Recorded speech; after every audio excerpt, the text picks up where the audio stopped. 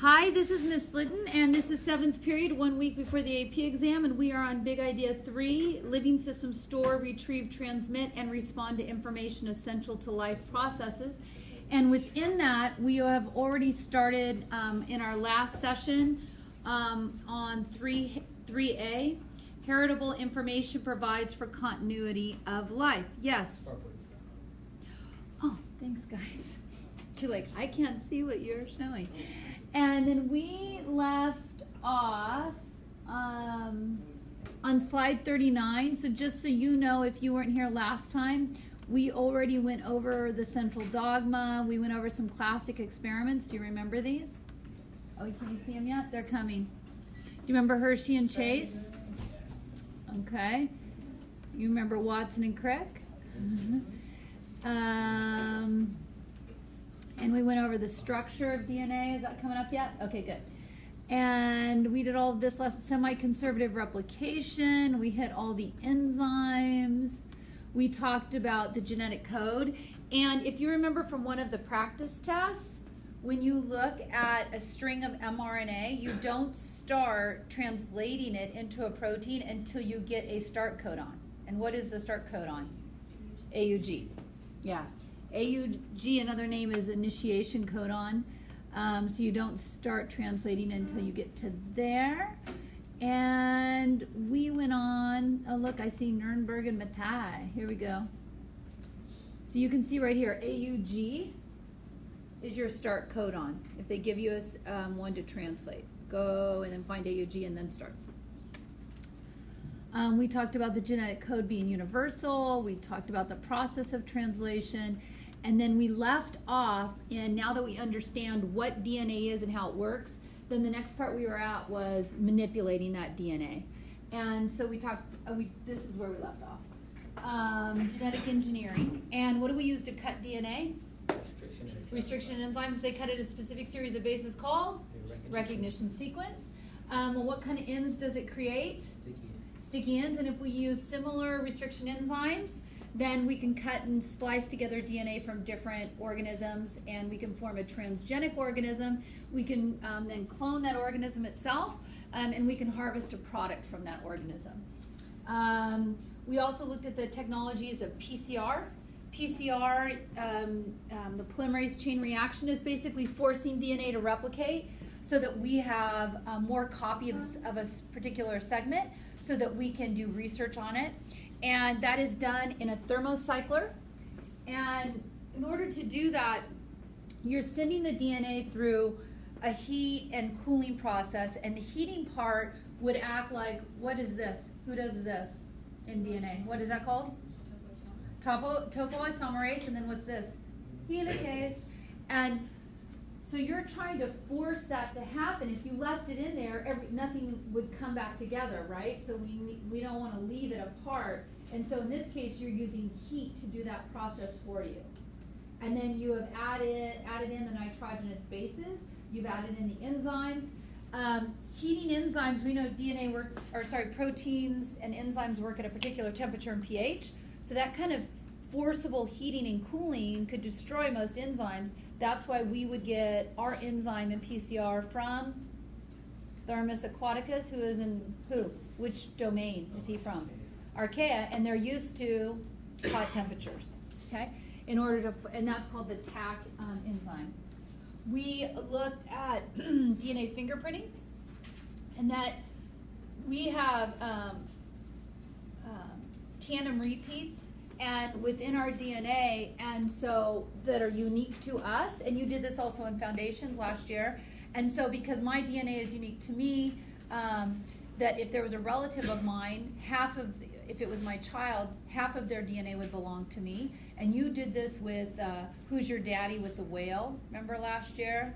And so you knew the sequences of the mother's DNA, and you knew the sequence, the patterns you could see in the baby's DNA. So then you looked at the father's DNA and who could fill in the baby's DNA, right? From that with the same banding pattern. And so you cut the DNA and then you put it in gel. Electrophoresis. To separate out the fragments and then compare those. And you can use that for identification of crimes. You can use that to study unknown species. You can trace cancers and viruses by looking at that. And that's what a gel would more look like. Bioreactors grow up vats of bacteria that's genetically engineered, and you can harvest from that to produce clotting factors, hormones. You can get a genetic profile by having segments of DNA that you've isolated for certain diseases, cut up somebody's DNA, flood a chip with that DNA. Wherever it binds, it'll light up, and then that can tell you if they have a problem. Going to the heart of the matter, the DNA that codes for that. Now, I just want to ask a question though. Just because it's in your DNA, is it always expressed? No. What might cause it not to be expressed? Alternative space. What? Alternative space. Oh yeah, the way the exons are combined together. And then things like, remember we talked about epigenetics on top of the DNA, whether the DNA is unwound or not unwound, whether it's methylated, right? So things in your environment can influence what your DNA is, right? Just as much as things in my environment are influencing my phenotype, right?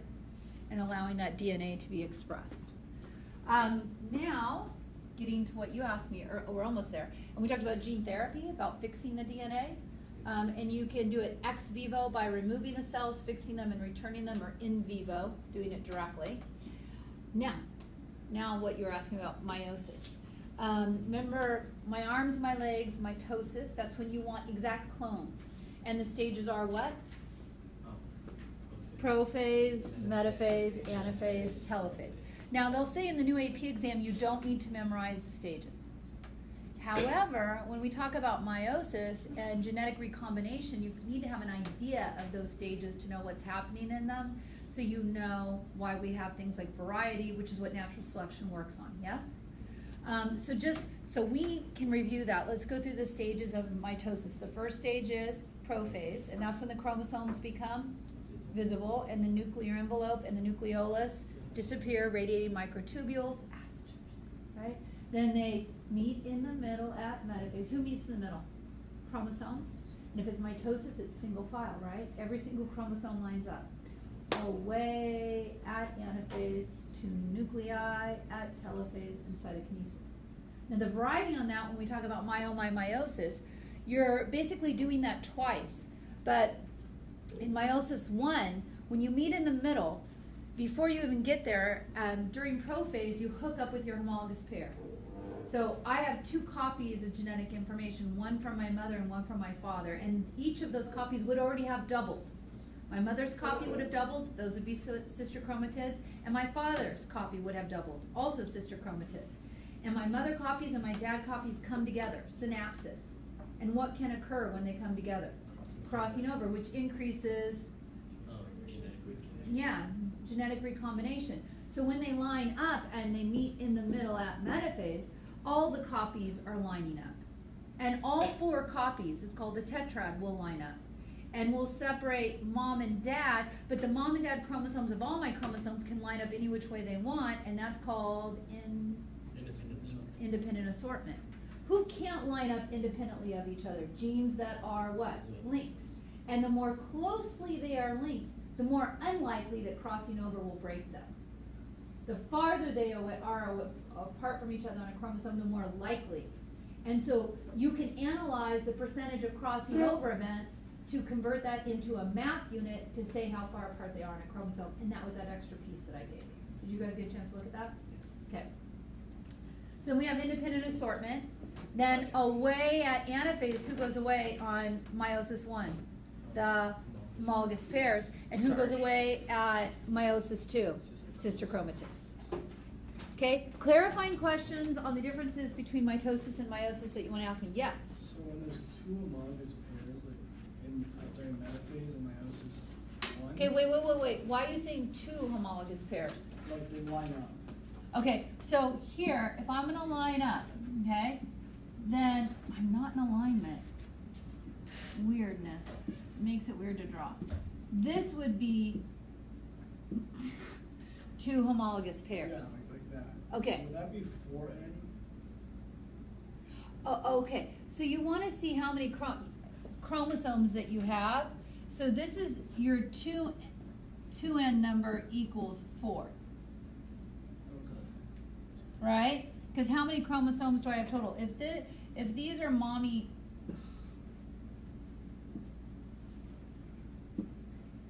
say the red ones are from mom, right? And this is the dad. So this could be, for instance, homologous pair number 1, and this is homologous pair number 2. So I have 2 copies of chromosome 1 and 2 copies of chromosome 2, but I have a total of 1, 2, 3, 4 chromosomes. So my diploid number, because I have my homologous pairs, is 4, right? Yeah. So here my 2n equals 2. If I went like this, right, just so happened that all the mom chromosomes, now my 2n number doesn't equal 4, what is it? My 2n number is 6.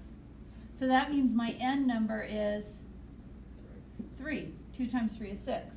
That means in the haploid that we're going to separate these homologous pairs here in meiosis 1, then each of those are going to separate in meiosis 2. So the sperm or egg here is going to have a total of 3 chromosomes in it. And then 3 chromosomes in the egg, they join together, reform the homologous pairs. Yes? So 2n is the diploid number? It's just the total number of chromosomes? Yes. It's not a fixed number? Yeah, what it's saying is, this is your total number of chromosomes. For us, our diploid number is 46. So But I have 23 pairs of chromosomes. So like when it's like the daughter cells or whatever have like, wait, is it like n or something? Yeah, daughter cells It's are just saying N. they have half of like the total number. Right. Okay.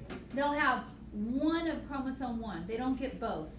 They either get my eggs, either my eggs got 1 from my biological mother or a chromosome 1 from my biological father. It only has an N number. Chromosome 2, it either got my mom's chromosome 2 or my dad's chromosome 2 in my eggs. Does that make sense? Yeah. Okay.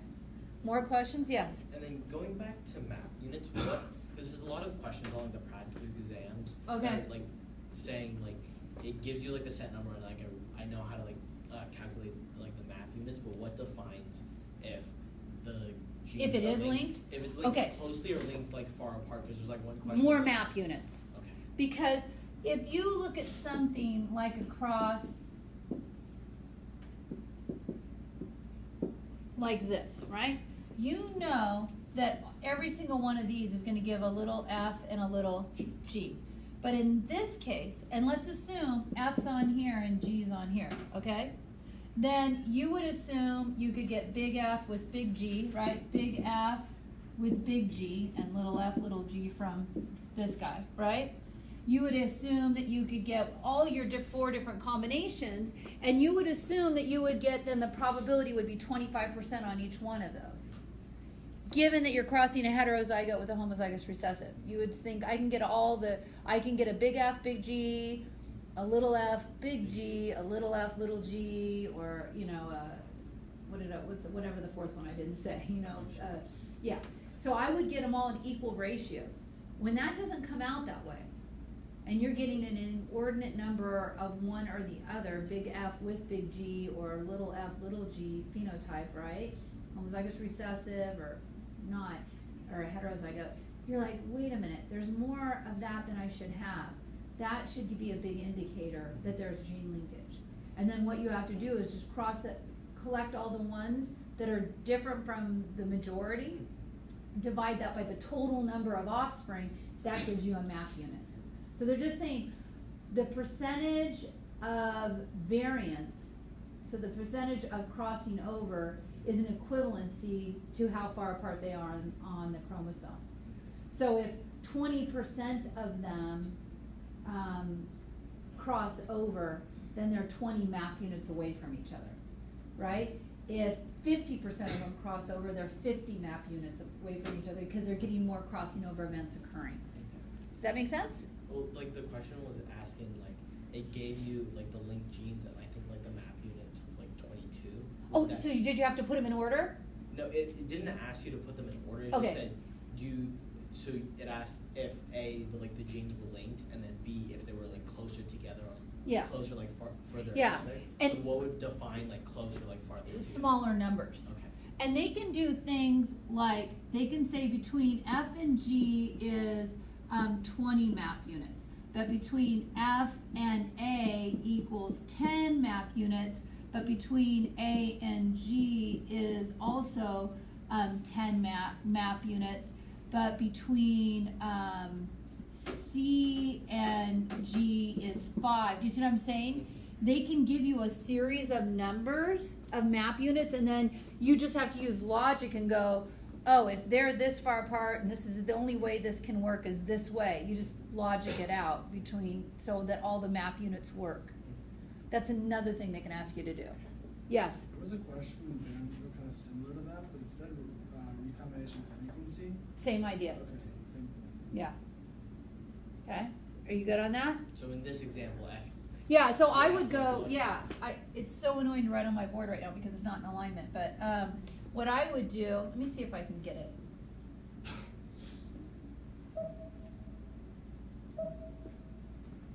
Under C. Okay, will I write?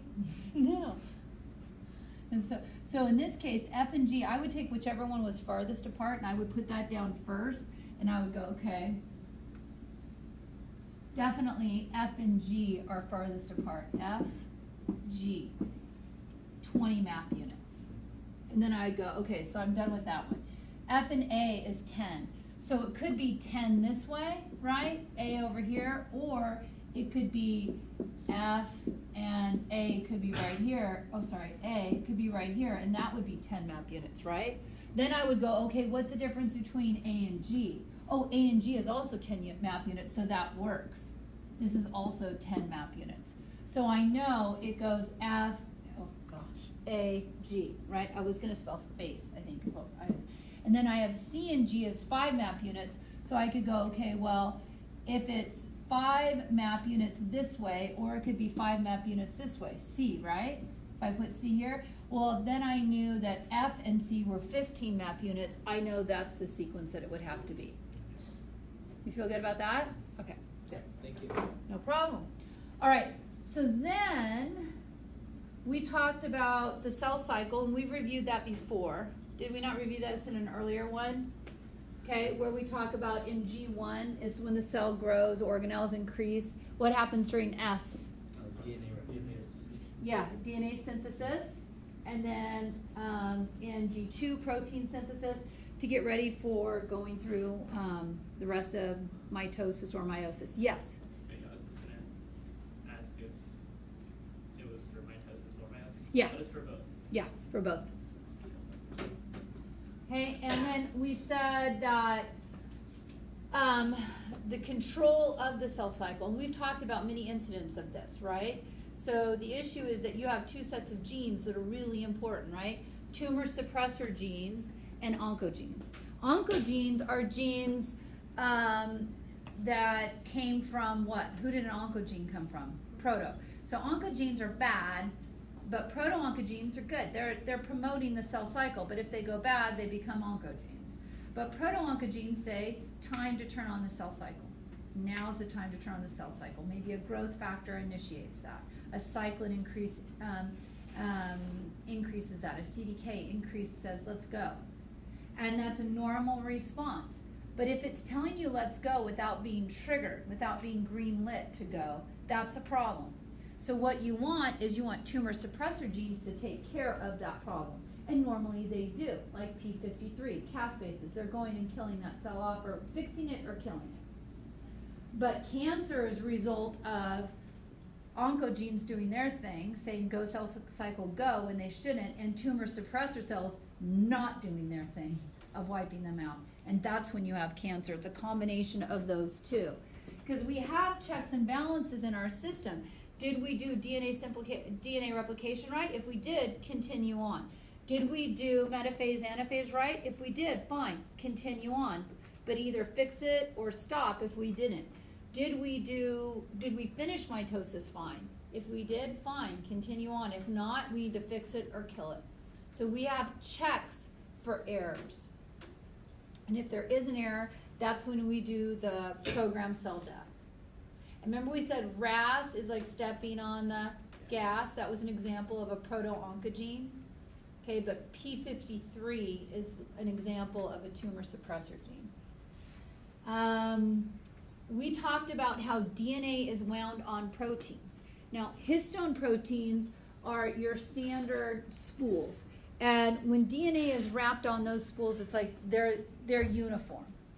But non-histone proteins, remember when I talked about epigenetic inheritance? These are on top. These can control. And remember when we talked about development, we said, well, that initial cell, all the DNA is exactly the same. When the sperm fertilizes the egg. But there's things in the cytoplasm that are different. Yolk, no yolk. Sperm, no sperm, right? On which end? Those things in the cytoplasm, those cytoplasmic determinants, can influence what DNA is expressed. And that's how you can get differentiation in those cells. So this tissue becomes nervous tissue, but this tissue becomes, you know, circulatory tissue or whatever. Are you with me on that? So it sends you down a development pathway because of what's in the cytoplasm influencing. And then timing, then it has to do, well, we already reviewed all that. Anyway, so this can play a role now, non-histone proteins.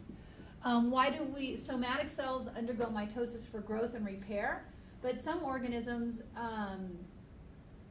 you know, we only have meristematic tissue. We don't have any, well, plants are meristematic tissue. We have stem cells, right, like in our bone marrow, that indefinitely can produce more cells.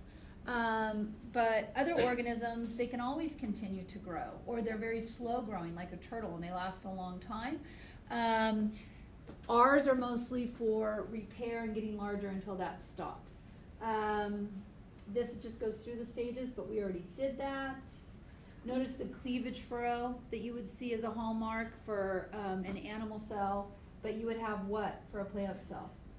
Cell plate. Cell plate, which is then going to form a cell wall. We talked about homologous pairs of chromosomes. This part we already reviewed. And we talked about that when you look at your homologous pairs, you're getting 2 copies of that gene. We talked about meiosis already. We good on this? Can I keep going? Yep. And here are the stages. What is this evidence of right there? Independent. Oh, okay. Yes, they could line up any which way they want. That would be independent assortment. But what do I see right there? Crossing over. Yeah, crossing over. Okay. Okay. Good. Good. Good. I think we're done. And then see how this says n equals 2. So here it has 2. So you know a diploid cell is 2n. So 2 times 2 is 4. The diploid organism would have 4 chromosomes. If this n number said 9, then the diploid organism would be 18. The 2n would be 18. All right. And this is comparing mitosis and meiosis, just those 2 processes. And the beauty of meiosis and replicating in that way is that where are all the areas where we can get variation as a result of it? Crossing over, independent assortment. Yeah, which sperm fertilizes which egg. Yeah, that can also lead to variety. And natural selection, the mechanism for evolution, is dependent upon having variety. If we don't have variety, we can't explain why there's so many different adaptations out there, right? Okay. All right, let me keep going from that. So we just went over that. Why are these puppies different? I did it ahead of time. Okay, now, prior to Mendel was the idea of blending inheritance, that you're kind of a mixture of your mom and dad chromosomes. Now, we know there are some examples in inheritance that looks like that. What is it called? Starts with an I. Incomplete dominance. You know, red flower, white flower makes pink flower. But when Mendel did his, he looked at true breeding, you know, simple traits that could easily be traced, that didn't have any of those variations that we just talked about. Are you comfortable in your Punnett squares? Okay. No? Okay. We talked about the law of segregation. So the law of dominance is, for one, a dominant trait can mask a recessive trait. Law of segregation says you have 2 copies for every trait, and those are going to be separated from each other during meiosis, right? And when do they get separated? Anaphase of what? Anaphase 1 is what you're telling me, right? Meiosis 1 is when they get separated. Okay. See how fast I need to work. Good Lord, when does this one end? This is a long enduring understanding. Okay, law of segregation. Let me get back here.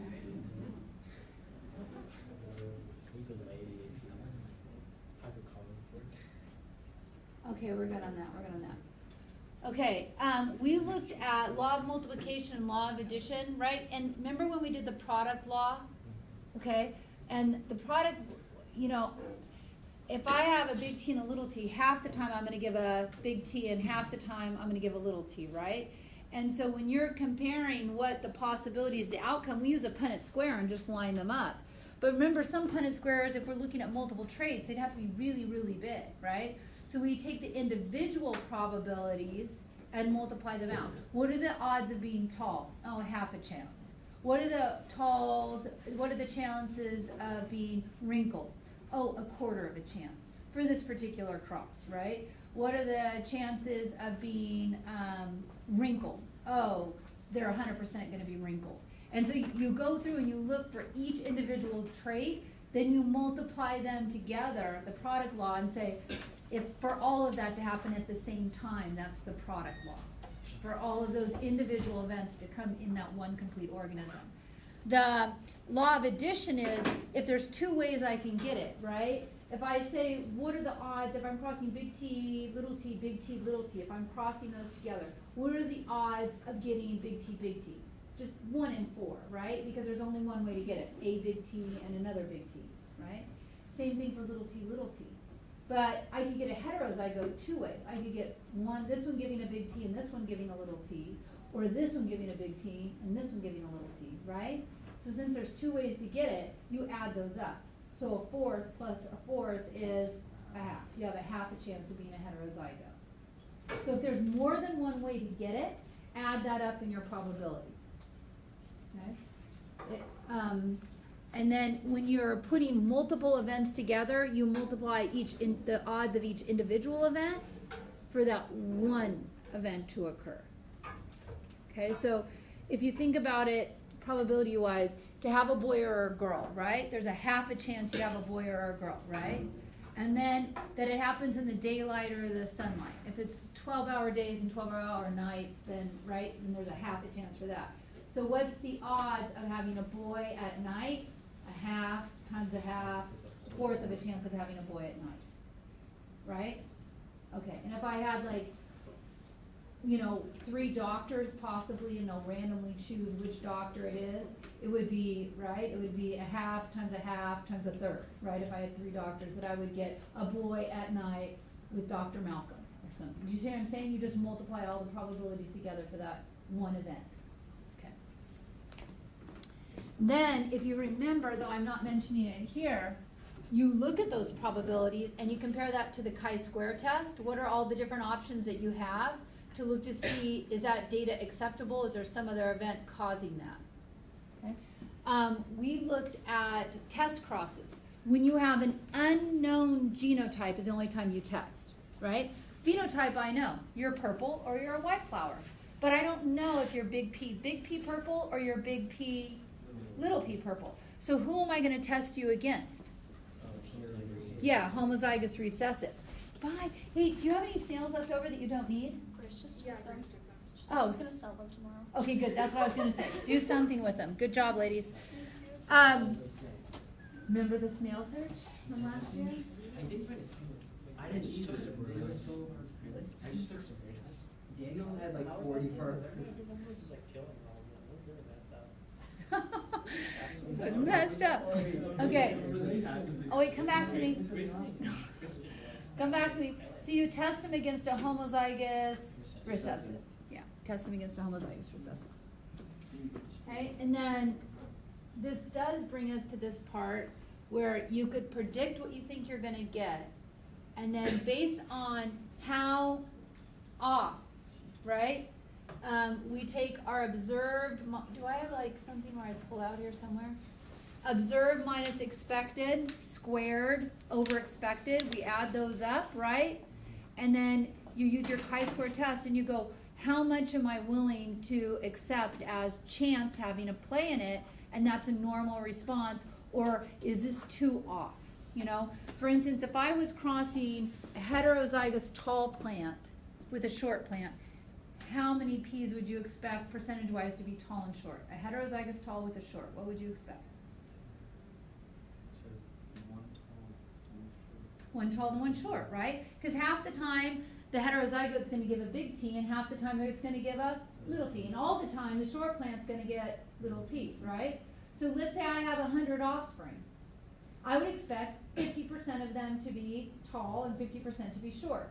Well, what if I get 55 and 45? Is that okay? Yeah, but you would do it mathematically, observe minus expected over expected, right, for the two, and then we would look on the chart, and how many degrees of freedom do we have? One, because if you're not big T, you're, right, little t, right, on that case. So we had to have 1 degree of freedom, and if we're getting up here, then chance is saying no. Chance is not doing this. There's some other factor. You don't have a heterozygous tall plant. You have a homozygous dominant tall plant, because you came out 90 tall and 10 short. We're off too much. So it's saying, it's redirecting your hypothesis, because you're saying the probability of that happening is too low. So no, you're going to have to look for an alternative hypothesis to explain the results you have. Yes? Wait, so if the question like doesn't give you an expected value, then how do you like find what the expected is? Well, that's when you can employ your null hypothesis, right? So I think I gave an example of like snails. If I said the current doesn't have anything to do, the current has nothing to do with where they set up their home, okay? And so we let some snails off. I had put 20 snails in the stream. If current doesn't have anything to do with it, I'd expect 10 snails to go upstream and find their home, and 10 snails to go downstream. If current doesn't have any, that's your null hypothesis, right? Yeah, so I can backdoor it to the null. If I get 18 snails downstream and 2 snails upstream, yeah, my expectation is off by 8 for each of them, right? So now 8 times 8 is 64. 64 divided by, I expected 10. That's 6.4 and 6.4. I'm now at 12.8. Yeah, that's way off. That's less than 1% of a chance. So then I can say, oh, the current does have an impact. Because my null hypothesis said it had no impact. Do you see how you can work it that way? If they don't give you a probability. Now, if you're doing like incomplete dominance, right? 2 pink flowers crossing each other. I'd expect 1 red, 2 pinks, 1 white, right? So I'd expect 25%, 50%, and 25%, right? So what if I get only 5 red, and instead I get 80 pink, okay, now I'm at 85, and I get 15 white, okay? So how far is that off on each of them? I'm off by 5 here, I'm off by 20 here, I'm off by 10 here, right? And I have to divide, now how many degrees of freedom do I have? 2, because I have 3 options. And so then I have to go, okay, wait, is that acceptable? Could it be due to chance? Or is there something else? So that's one where I could say, this is what I expected, exactly. I expected 50 pink, 25 white, 25 red, right?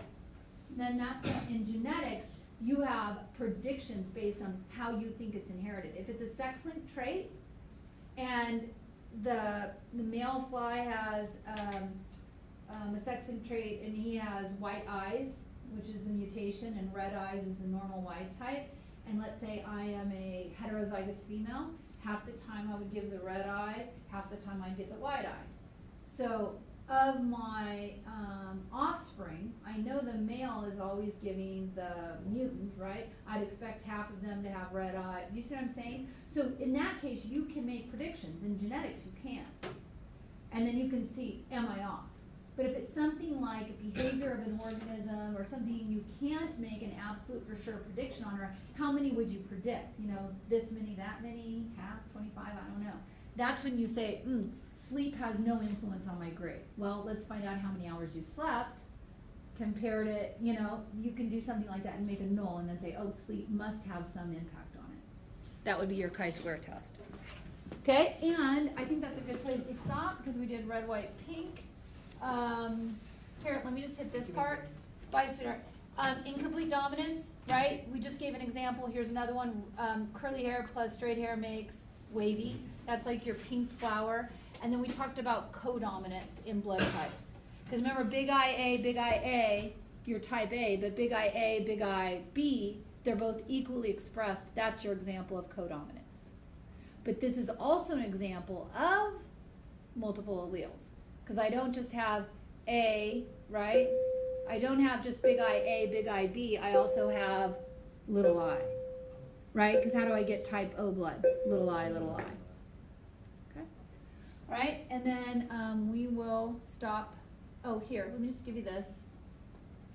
Polygenic inheritance, just so we finish on that. And looking at skin color, where it's not just tall, short. It's like there's several genes in polygenic all contributing to that trait. And then this is where the environment was influencing it. And oh my gosh, we're finishing. We're almost done with this. Temperature on the coloration and temperature on male or female influencing it. So this is that nature versus nurture argument, because nature, what would be in your genes, nurture is what's in your environment. And the environment was dictating the color of the Himalayan rabbit. The environment was dictating the sex of the reptile. Okay, so we are on Enduring Understanding 3B. I don't know that we're getting through all of them, but we'll try. Okay. Any other questions, you guys? Oh yeah, just Yes. to be clear, like for incomplete dominance, the pink flower is like heterozygous. Right? Yes. Yeah, the pink flower is the hybrid, the heterozygote. Okay, anything else? Okay. Good job. Have a piece of toast.